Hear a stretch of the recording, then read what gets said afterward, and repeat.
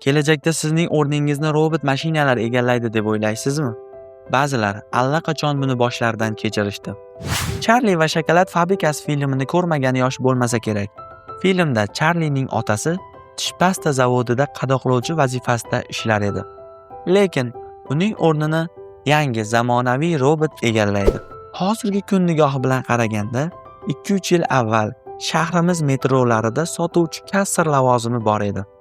Hozir esa ularning o'rnini aqlli chipta mashinalari egalladi. 204 nafar ishchi o'rni berkitildi.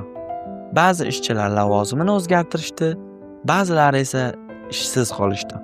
To'g'ri, texnologiyalar rivojlanishi insonlarga bir tarafdan qulaylik beradi, bir tarafdan esa mana bunday og'riqli holatlarni olib keladi. Shu sabab zamonaviy kasblarga tayyor bo'lishimiz va kelajakka qarab harakat qilishimiz kerak.